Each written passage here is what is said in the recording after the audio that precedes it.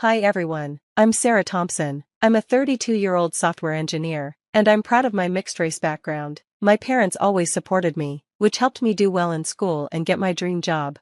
Life was great until I met James Carter, an amazing architect. We quickly fell in love, got married, and started a family. When our daughter Olivia was born, I thought things couldn't be better, but then I noticed some strange behavior from my mother-in-law, Elizabeth. Elizabeth is well known in our neighborhood for hosting fancy parties and socializing with important people. However, the way she treated Olivia bothered me. She often pointed out that Olivia wasn't talking as much as her cousins did at that age. I would remind her that every child develops at their own pace and that Olivia is perfect just as she is. Still, Elizabeth kept making comments, especially at family gatherings, comparing Olivia to her other grandkids, which made me feel uneasy. I tried to focus on the positive parts of my life, my great job, loving husband, and beautiful daughter, but Elizabeth's remarks began to wear on me. Luckily, I had my work friend Michael to talk to. He encouraged me, saying, "You're an amazing mom, and Olivia is lucky to have you."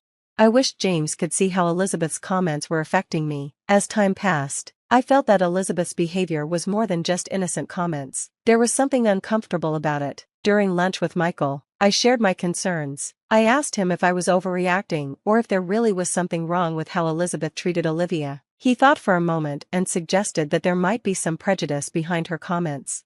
I had tried to talk to James about it, but he always defended his mom, saying I was being too sensitive. Michael reassured me, saying I wasn't alone and to not let anyone make me doubt myself or Olivia. His support helped, but I felt a conflict brewing. Elizabeth's comments were becoming more common, and I started to see a pattern. I wondered how I could address this issue without causing family drama. As I tucked Olivia into bed that night and looked at her peaceful face, I felt torn. I promised myself that I would always protect Olivia from anyone who tried to make her feel less than the amazing girl she is, even if that person was her own grandmother. As Olivia's third birthday approached, Elizabeth's comments about her development became impossible to ignore. At a family barbecue celebrating Olivia's birthday, I overheard a conversation that made my blood boil. Elizabeth was talking to my sister-in-law, saying, "It's such a shame about little Olivia. She's just not as quick as the other kids her age." I suppose it's to be expected, given Sarah's background. I froze, nearly dropping the plate of cupcakes in my hands. Anger surged within me, and I marched over to confront her. "What exactly do you mean by that, Elizabeth?" I demanded. She looked surprised, which only fueled my anger. "Oh, Sarah, I was just expressing concern for Olivia's well-being. You know how important early development is." "No, you weren't. You were implying that my daughter is slow because of my race. How dare you?" Just then, James came over, sensing the tension. "What's going on here?" he asked. I told him, "Your mother thinks Olivia is developmentally delayed because of my background. Can you believe that?" James looked uncomfortable, caught between us. "Mom, I'm sure you didn't mean it like that." "Sarah, let's not make a scene at Olivia's party." I couldn't believe my ears. "Make a scene? Your mother just insulted our daughter and me, and you're worried about making a scene?" The argument escalated, with Elizabeth denying any bad intentions and James trying to play peacemaker. In the end, I stormed off, feeling completely alone and unsupported. The next day at work, I was still shaken from the confrontation when I received another blow. My big project, which I had been working on for months, was a mess. As I investigated, I realized someone had deliberately sabotaged my work. I confided in my friend Michael, saying, "I think Amanda messed with my project files." Michael looked concerned. "That's a serious accusation. Sarah, are you sure? Do the timestamps on the corrupted files match her login times? It can't be a coincidence. You need to report this to HR, he advised. Then he asked, "Speaking of standing up for yourself, how are things at home after the party incident?" I sighed heavily. James is still playing peacemaker. James didn't want to upset his mother or me, but by trying to please everyone, he was failing to support his own wife and daughter. Michael leaned in, looking serious. "Sarah, you can't let this slide, at work or at home. You need to stand up for yourself and Olivia." His words resonated with me. That evening, I decided to confront James. "We need to talk about what happened at the party," I said as soon as he walked in. James sighed. "Can't we just move past it? Mom didn't mean any harm."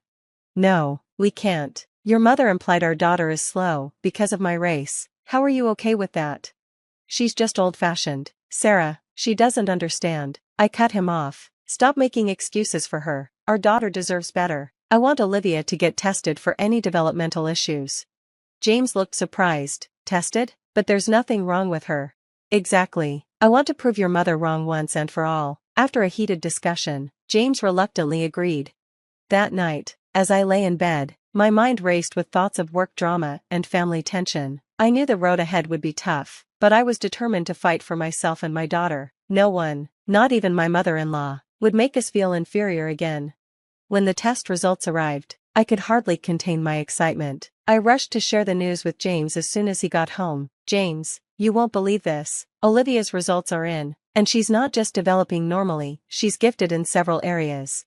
James's eyes widened in surprise. Really? That's amazing. I could see the realization dawning on him as I continued. The psychologist said her problem-solving skills are off the charts, and her language development is well above average for her age.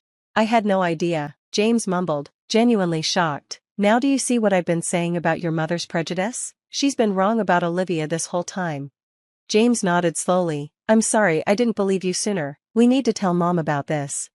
But when we shared the news with Elizabeth, her reaction was not what we hoped for. Well, I'm sure those tests can be quite unreliable, she scoffed. Perhaps you should get a second opinion from a more reputable source.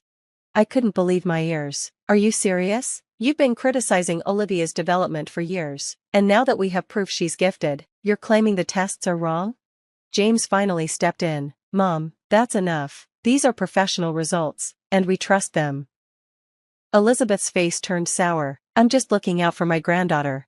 If you two want to live in denial, that's your choice, I said, feeling fed up. You know what? Let's settle this once and for all. We'll all take a DNA test, including you, Elizabeth. Then we'll see if my background is really the issue here. The tension in the room was thick, and James looked uncomfortable but nodded in agreement. Elizabeth, caught off guard, reluctantly agreed, probably thinking she had nothing to lose.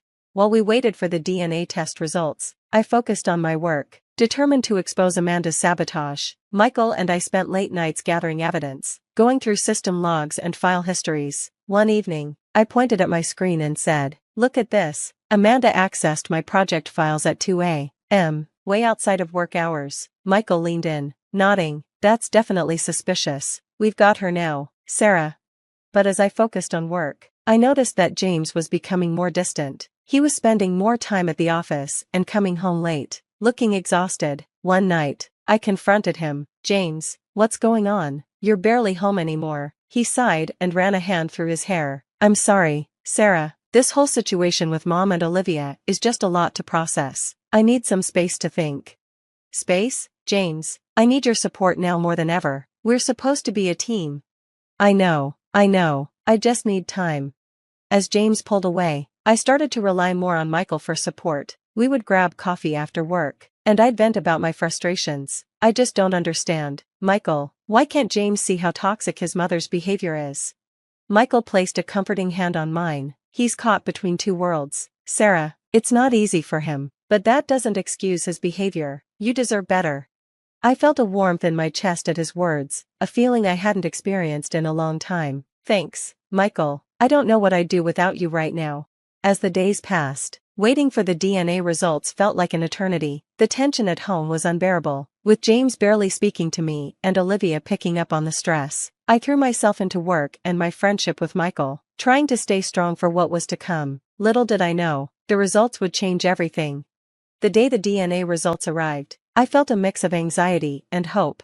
"If you two want to live in denial, that's your choice," I said, feeling fed up. "Let's settle this once and for all. We'll all take a DNA test, including you, Elizabeth. Then we'll see if my background is really the issue." The tension in the room was thick. James looked uncomfortable but nodded in agreement. Elizabeth, caught off guard, reluctantly agreed, probably thinking she had nothing to lose.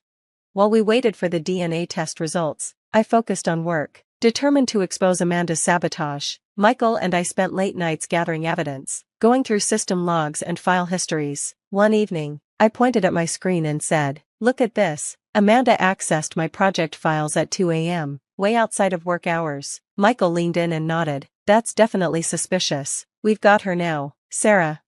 But as I worked, I noticed James becoming more distant. He was spending more time at the office and coming home late, looking exhausted. One night, I confronted him. "James, what's going on? You're barely home anymore." He sighed and ran a hand through his hair. "I'm sorry, Sarah. This whole situation with Mom and Olivia is just a lot to process. I need some space to think." "Space? James, I need your support now more than ever. We're supposed to be a team." I know. I just need time." As James pulled away, I found myself relying more on Michael for support. We would grab coffee after work, and I'd vent about my frustrations. "I just don't understand, Michael. Why can't James see how toxic his mother's behavior is?" Michael placed a comforting hand on mine. "He's caught between two worlds, Sarah. It's not easy for him, but that doesn't excuse his behavior. You deserve better." I felt warmth in my chest at his words, a feeling I hadn't had in a long time. "Thanks, Michael. I don't know what I'd do without you right now." As the days passed, waiting for the DNA results felt like an eternity. The tension at home was unbearable, with James barely speaking to me and Olivia picking up on the stress. I threw myself into work and my friendship with Michael, trying to stay strong for what was to come. Little did I know, the results would change everything. The day the DNA results arrived, I felt a mix of anxiety and hope. My hands shook as I opened the envelope. I couldn't believe my eyes. "James, you need to see this," I called out, my voice trembling. He rushed over, looking concerned. "What is it?" "Your mother has mixed heritage, including ancestors from my background." James's jaw dropped. That's impossible." But it was true. Elizabeth, the woman who had criticized my heritage for years, shared the very ancestry she despised.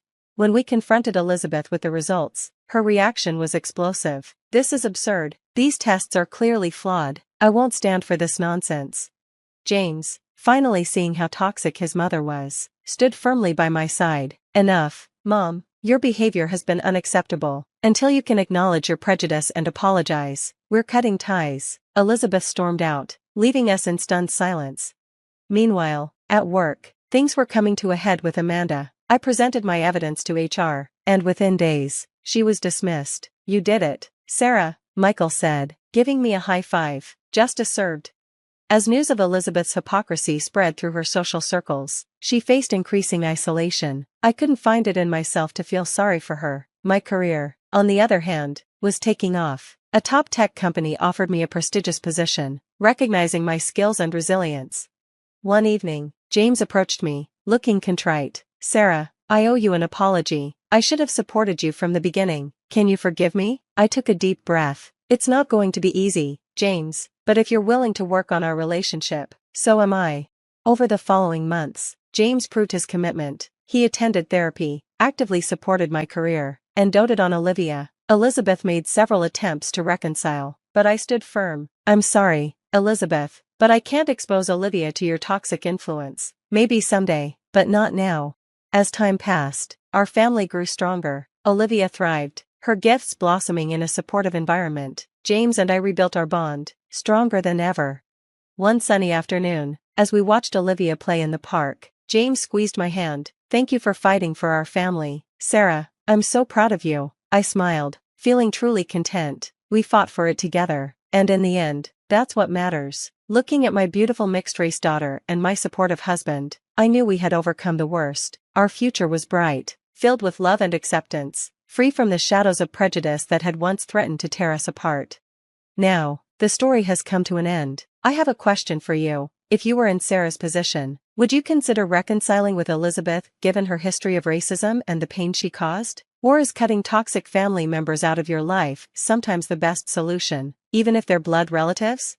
Share your thoughts in the comments below. Your experiences and opinions matter, and they could help others facing similar situations. If you found this story compelling, please hit that like button and subscribe to our channel for more thought-provoking content. Your support helps us continue sharing these important narratives. Thanks for watching, and I look forward to reading your responses.